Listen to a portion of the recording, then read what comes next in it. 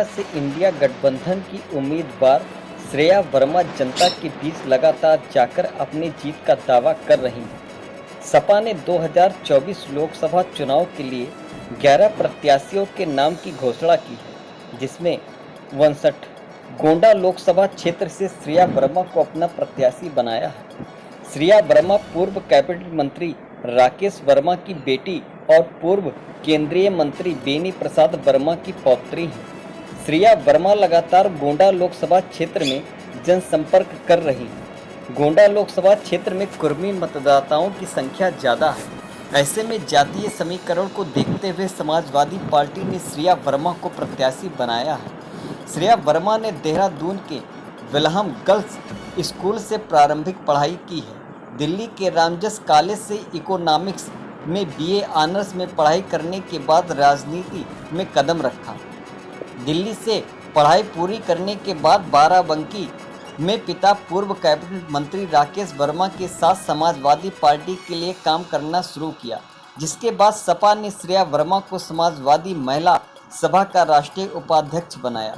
अब गोंडा लोकसभा क्षेत्र से समाजवादी पार्टी का प्रत्याशी बनाया है। गोंडा से प्रत्याशी बनाए जाने पर श्रेया वर्मा ने कहा कि पार्टी ने हम पर जो भरोसा जताया है, पार्टी के भरोसे को पूरा करते हुए 59 लोकसभा क्षेत्र से जीत करने के समाजवादी पार्टी के खाते में गोंडा की सीट को डालने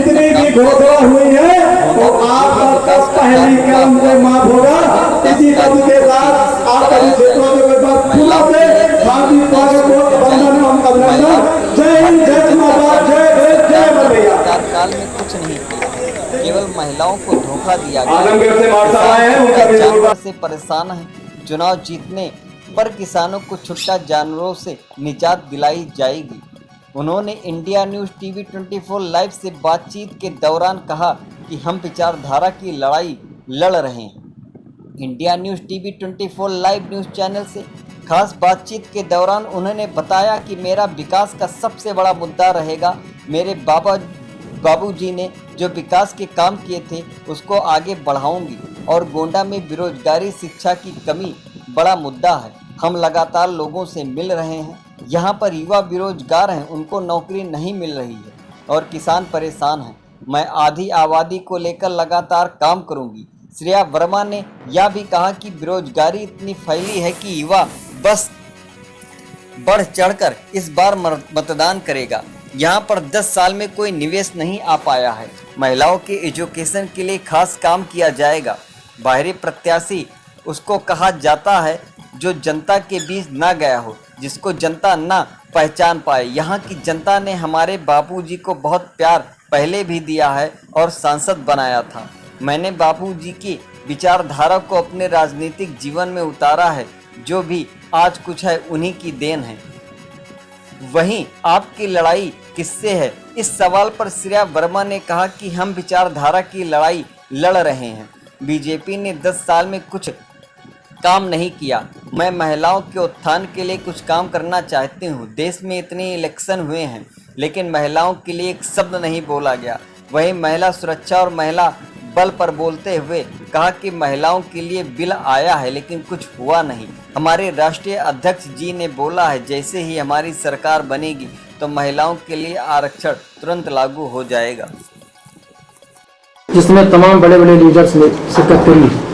इस जनसभा का आपके चुनाव पर कितना असर होगा?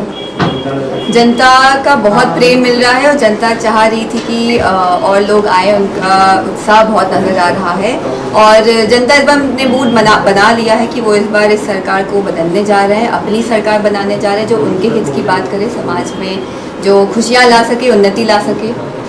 अभी मन से तमाम लीडर्स ने, सभी नेताओं ने लगभग एक बात करी कि संविधान खतरे में, तो ऐसी बात आनी चाहिए। कहाँ से बात आई जिससे लगता है कि संविधान खतरे में? इस सरकार के काफ़ी नेता बयानबाजी कर रहे हैं, राजनीतिक मंच पर जाकर बोल रहे हैं कि अगर ये सरकार में आ गए तो संविधान बदलने का काम करेंगे, इसी कारण बोला जा रहा है। अभी आपके जो लीडर्स हैं अखिलेश यादव जी और राहुल गांधी जी, वो कहते हैं कि अगर हम सत्ता में आते हैं तो जातीय जनगणना कराएंगे। ऐसे में क्या ये समाज को बांटने वाला कदम नहीं होगा? बिल्कुल नहीं, जातीय जनगणना से सबको हक और सबका अपना जो अधिकार है वो मांग सकेंगे और ये बिल्कुल होनी चाहिए। कब से नहीं हुआ आप ही को पता है, लास्ट 2011 के बाद सेंसस नहीं हुआ है, तो सबके इक्वल राइट्स के लिए, इक्वल अधिकार के लिए हम लोग करवाना चाहते हैं। बाबू जी से आपके जो दादा श्री रहे हैं, यहाँ से केंद्रीय इस्पात मंत्री रहे हैं, उन्होंने नवाबगंज में एक स्टील फैक्ट्री का शिलान्यास कराया था, लेकिन हमारे ख्याल से वो सरकार समय तो नहीं चल पाई, तो वो अधूरा पड़ा हुआ है। उसको पूरा कराने के लिए आपके दिमाग में कोई योजना, कोई खाका है?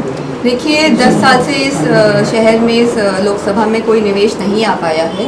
हम लोगों को क्वेश्चन उठाना चाहिए मौजूदा सांसद से कि उन्होंने 10 साल में रोजगार बढ़ाने के लिए क्या काम करा है, क्या काम नहीं करा है। सरकारें आती हैं जाती हैं, जो काम अच्छा करता है जब सरकार बदल जाती है रुक जाता है, और किसी और का फीता काटने का भी काम करा गया, नाम बदलने का भी काम करा, तो हकीकत आपके सामने है। सरकारें आती हो जाती हैं, कांग्रेस की भी बनी, भाजपा, सपा, बसपा, सबकी सरकारें बनी, लेकिन दुर्भाग्य है कि देवी पाटन मंडल खास से गोंडा के जो कामगार हैं उनको परदेश जाना पड़ता है, पलायन रुका नहीं। क्या कारण है? क्या गोंडा में रोजगार नहीं, उद्योग नहीं स्थापित हो सकते? जैसे कि मैंने कहा कि 10 साल में यहाँ पर कोई निवेश नहीं आ पाया है। यहाँ का स्थानीय मुद्दा एक बहुत बड़ा है कि यहाँ पर लोगों को बाहर जाना पड़ता है काम ढूंढने। हर गांव से 2-4 लोग आपको दिखेंगे कि या तो बम्बई या गुजरात या कलकत्ता या लुधियाना जाते हैं काम करने। तो इस पर कुछ काम होना चाहिए था, जो कि नहीं हो पाया। तो अगर हमें मौका मिला हम ज़रूर इस पर काम करेंगे। वर्तमान सांसद कहते हैं कि मैंने बहुत काम कराया है, और आपके बाबा से ने कुछ नहीं किया था। हम जहाँ भी जाते हैं, जिस गांव में भी जाते हैं, हमें बोलना नहीं पड़ता है, जनता हमें खुद बताती है कि दीदी आप जिस आरसीसी पर चल रहे हो, जिस सड़क पे चल रहे हो, जिस नल का पानी पी रहे हो, वो सब बाबूजी की देन है। स्कूल में इतने कमरे बनवाए, बाबूजी ने कुछ कमरों का, स्कूल में कुछ कमरों का दिया था, और सरकार बदल गई। सांसद जी को बस एक कलम से एक बस सिग्नेचर करना था, स्कूल में वो कमरे हो जाते, पर सरकार क्योंकि बदल गई, उन्होंने वो साइन भी नहीं किया, वो कमरों पर भी रुक गए। आप जिस बिरादरी से हैं, हम फिलहाल जात पात में विश्वास नहीं करते, जिस बिरादरी से हैं उसकी संख्या बहुत बड़ी है, तो क्या लगता है आपको यादव, बर्मा, मुस्लिम और अन्य जातियों का समर्थन प्राप्त है? हम समाजवादी परिवार से आते हैं, हम समता और समानता में विश्वास रखते हैं, और सारे रंग, सारी जात हमें आशीर्वाद दे रहे हैं। हमें बहुत प्यार मिल रहा है, बहुत प्रेम मिल रहा है। हम जहाँ भी जा रहे हैं जनता पूर्ण रूप से आशीर्वाद हमें दे रही है और बदलाव के लिए तैयार है। Thank you. बहुत बहुत